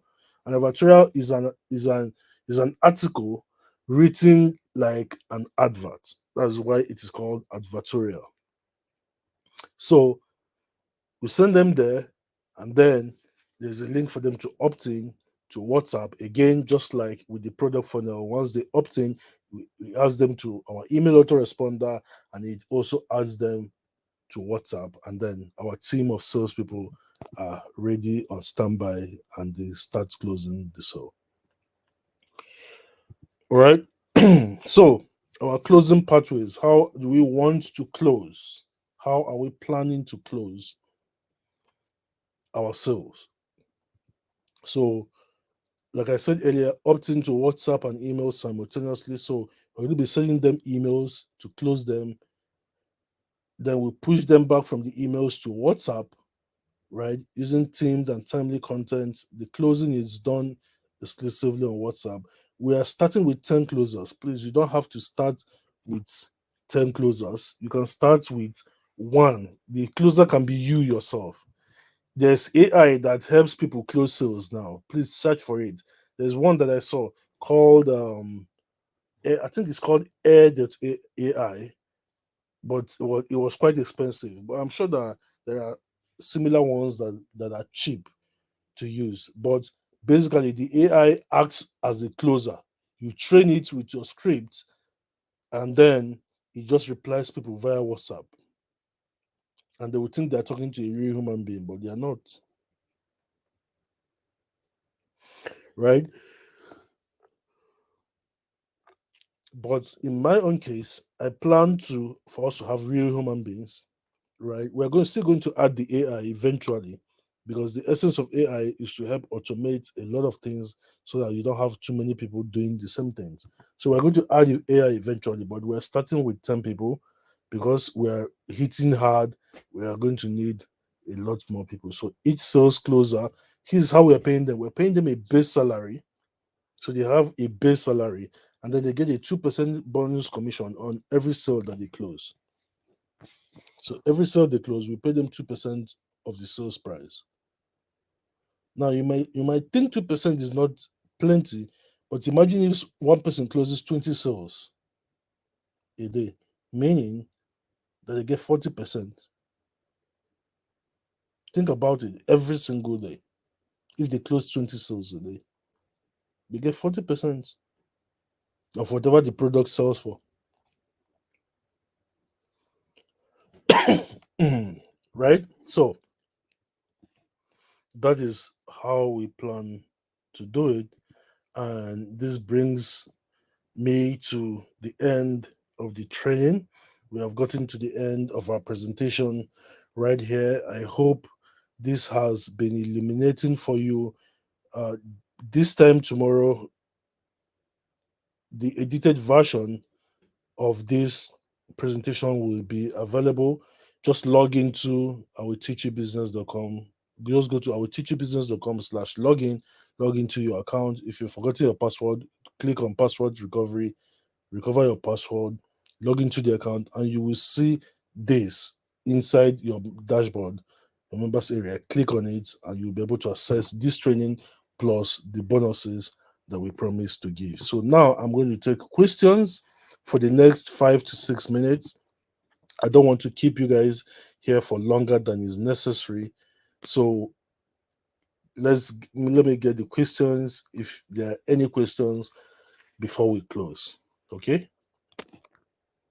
But before the questions start coming, please tell me your honest opinion about the presentation. If it was nonsense, please tell me that it was nonsense. So it will help me improve, right? If you loved it, if you got value for what you paid for it, plus the fact that the bonuses are coming tomorrow, you will also let me know in the comment section. Okay.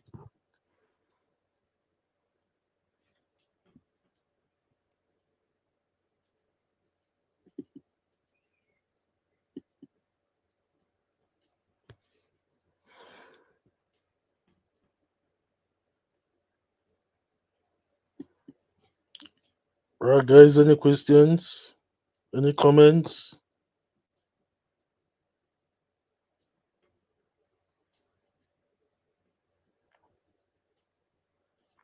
Questions? Comments? Anyone?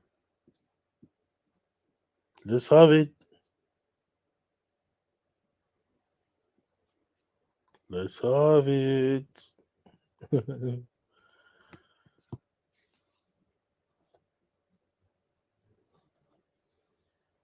Come on, guys. I'm not seeing anything. Oh.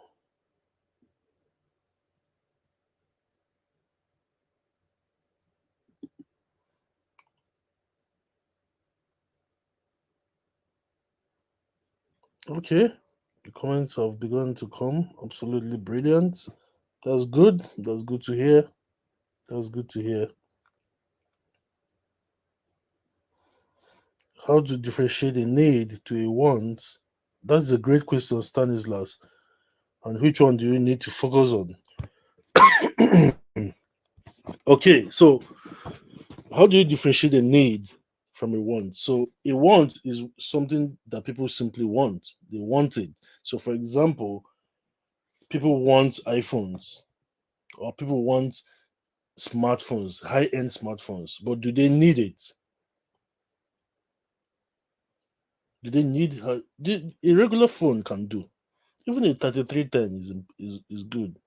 Okay, maybe not the 3310. Maybe these days you need a phone that has the ability to browse the internet. So which means that a regular phone that sells for 60,000, 70,000 naira is enough.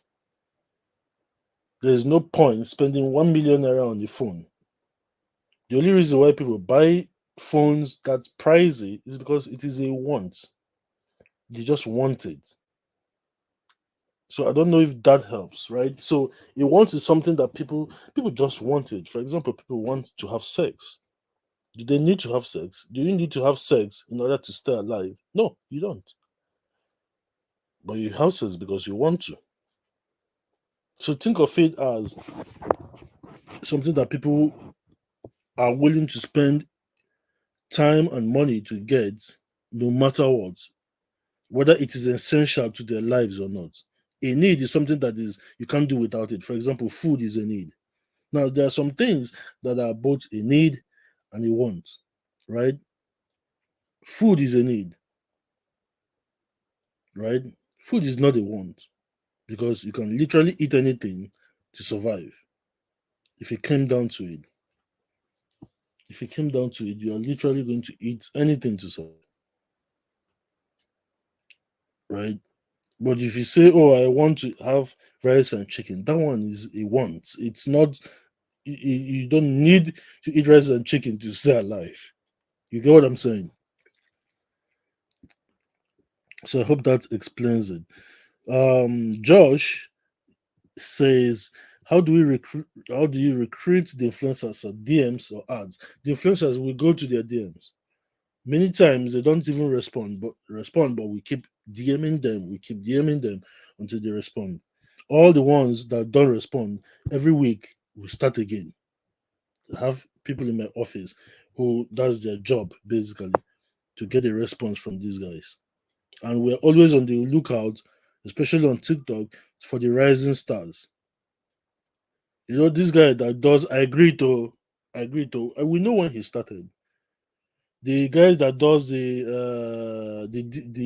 that acts like the babalao that ties the red cloth, that does chup and chaye, something like that. We also knew when he started. We knew these guys when they had less than 2,000 followers. But now, especially the I agree to guy, I can't remember his handle now, even, right? See, he's blown up. He's everywhere now, right? So you want to catch these guys when they have a smaller number of followers. Look out for them when they have a smaller number of followers, because when you do, they will remember that you paid attention to them when they were small. They are more open to you. They are more willing, right? They are more willing. So that's how we do it. So confidence. Okay, Duro Simi says, "Do you think solar business will make wave in 2024?" I think solar is a static business. The biggest issue that solar has is that it is a mass market product that is hindered by high pricing. That's what I think about solar. It is supposed to be. I mean, look at Nigeria with all our light issues. This is supposed to be a product that anybody should have, but people don't have it because the cost is prohibitive. It is expensive, and then of course, governments being silly, they increase tariffs on the import of solar items, making it even more expensive. So, um, do I think it's going to make wave? To be honest, personally, I don't. But that's my personal opinion. There might be other criteria, because if that is your field, right, or a field that you want to venture into, there's probably other data that you have access to that I don't have. I've not researched anything about solar, so I really can't tell you for sure. But on the surface of it, I don't think so,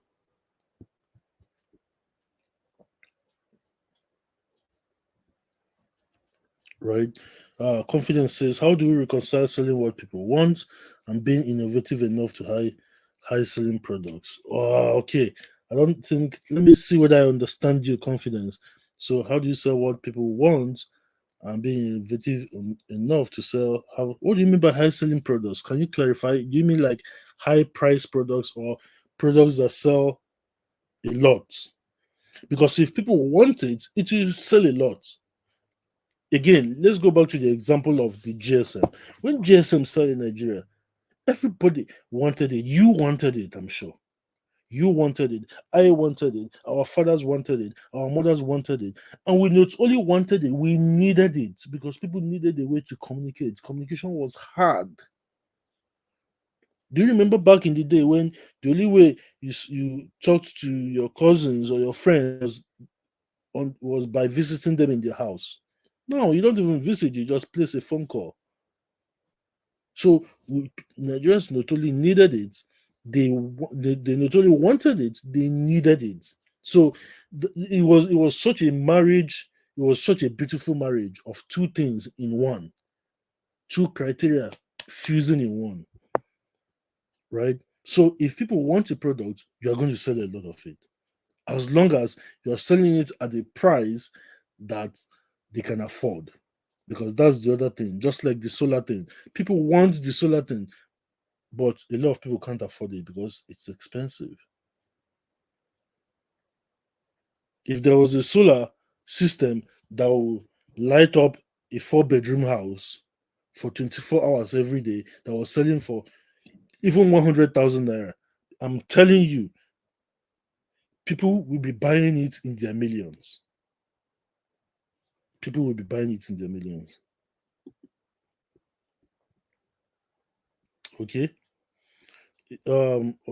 Onidamola says, um, I designed this exact funnel today. That's a confirmation of my web strategy. I called it weird because I didn't see someone charge to partner with their brand. That's good, Damola. Is there a template to connect with JVs? We don't have a template, but we'll see what I'm going to do. I'm going to create a template and add it when we're uploading the edited the recorded version tomorrow for you guys. So I'm going to create a template and add it to the download section. So when you click on the course, when you log in this time tomorrow, and you click on the course inside our teachubusiness.com, when you log in and click on it, you will see it as part of the downloads. Okay, so we're going to create that. What is the exact job description of the sales closers? That's what confidence is asking. Their job is to get people to buy the product. Because remember, we have taken the people, we've taken them to a visa. That is a video where we explain what the product is, what the product does, how the product does it.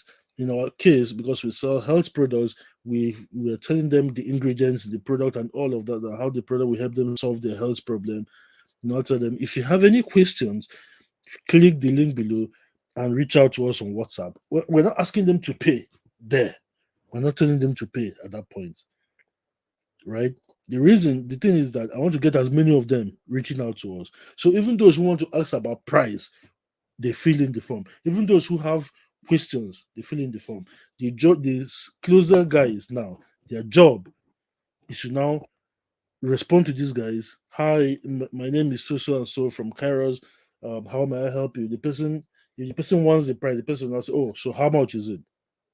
They will not tell them the price. If the person has a question, they will not answer. They will not say. Again, we have a script that we use, right? The reason why I didn't share the script is because the script and is not the same for every product and every company. So the scripts are created specific to the product, right? But they use our scripts, and the script are has different points when at each of those points they tell them to pay for the product. So in the course of the conversation, in the course of one conversation, there are intermittent points where they tell them to pay, right? So basically, that's what the sales closers do. They just get them to pay. What type of funnel can one use for distributors? If you're planning to sell in bulk, that's Gostam is asking. It's the same funnel. That's exact. Why do you want distributors if you're not selling in bulk? The reason for distributors is because you're selling to the distributors in bulk. So you're giving the distributors a wholesale price, right? So, for example, if I will recruit distributors, our sales price is 19,500. I'm not going to give it to the distributors at 19,500. I'll give it to the distributors at maybe something like 13,000 or 14,000.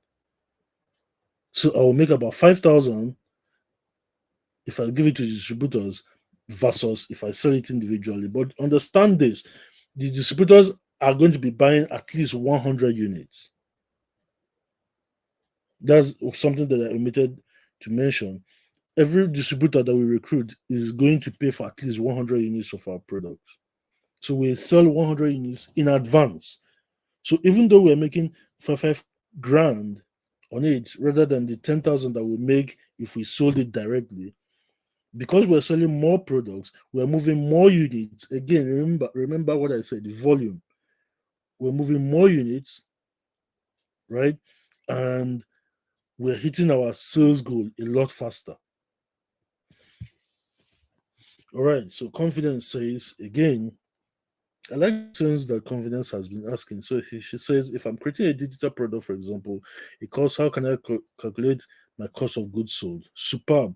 Now, here's how you can calculate it. It's a digital cost. So valuing your time may be different, but this is how you calculate your cost. The cost that it costs you to advertise and get a sale. So let me put it this way. If you spend 20,000 on adverts a day and three people buy, right? Three people buy your course. So let's say your course is 20,000 naira, right? And your advertising budget every day is 20,000. So you spend 20,000 ad and three people buy it. So that means that you have spent 20,000 and you have made 60,000. You have 40,000 naira in profit. But what is your cost for getting each of those three sales? Your cost is 20,000 divided by three. So 20,000 divided by three is around 6,000 plus. Am I correct? So it's 6,666 naira. That is the cost per sale. That's what it costs you to get one sale. Then, if you're using Paystack to promote to process your payments, so Paystack is out of that 20,000. Paystack will take 100 naira plus 2.5 plus 100 naira. So what is 2.5 of 20,000? Let's see now.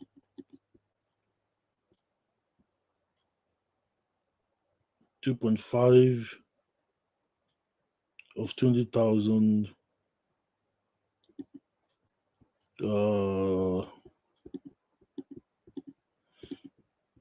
2.5 of 20,000 is 500 naira. So Paystack will take 2.5% of your price plus 100 naira. So meaning that Paystack is going to take 600 naira.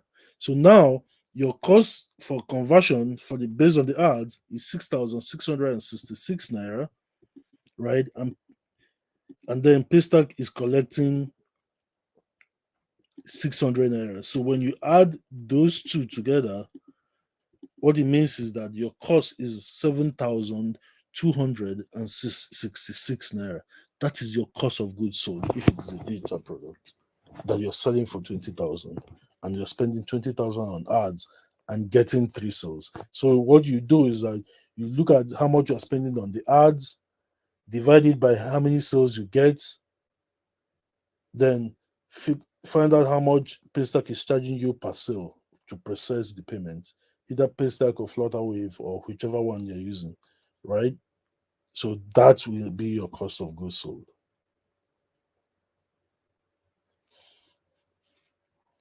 Okay. Diana says, I would love to know how payment on delivery has been effective for you because most of the times customers get to negotiate the price of. So what you need to do, Diana, is to first of all you have to stand your ground. Number one, right? Again, people will treat you how you teach them to treat you. Always remember that. Don't forget it. People will treat you how you show them to treat you. If you they try to undercut you and negotiate your price, and you allow them negotiate it, they will keep doing it, right? And the other people did not see when they did it though. But now you know, I don't know how to explain it, but sometimes life is spiritual. Because you have allowed it to one person, other people, even if they don't know who those people are, they seem to get that same vibe from you. And they also do it. Before you know it, everybody is trying to discount. So what you do is, if any you deliver your product to anybody and they start discounting it, tell the delivery guy to return it. Doesn't matter what it costs you. Don't worry about it. It is painful in the short term, but it will benefit in the long term.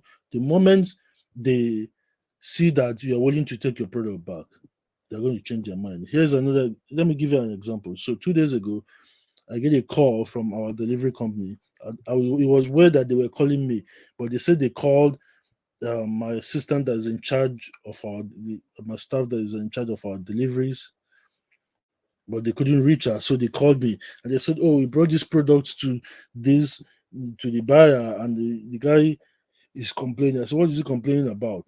"Oh, that he doesn't like how the packaging looks." And I'm like, "What the heck is he talking about? I spent money on this packaging. The thing looks fine." Because these guys, they will just come up with, many times they come up with the silliest excuses, right? And I said, you know what? And then the guy starts talking. The guy said, "Oh God, this one packaging itself not even look good." And I'm like, geez, everybody who has seen that packaging has praised it. Even other customers that I we didn't even know who they were. So I now said, okay, fine, okay. So I said, "Sir, that's fine. Not a problem. It's not a problem. Let him return the product. Don't buy it again if you don't want to buy it. Don't worry about it." It was going to cost me money for sending it.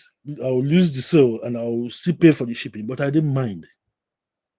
I don't care. I'm not going to let a buyer walk over me. So that's rule number one. Don't let your buyers walk over you.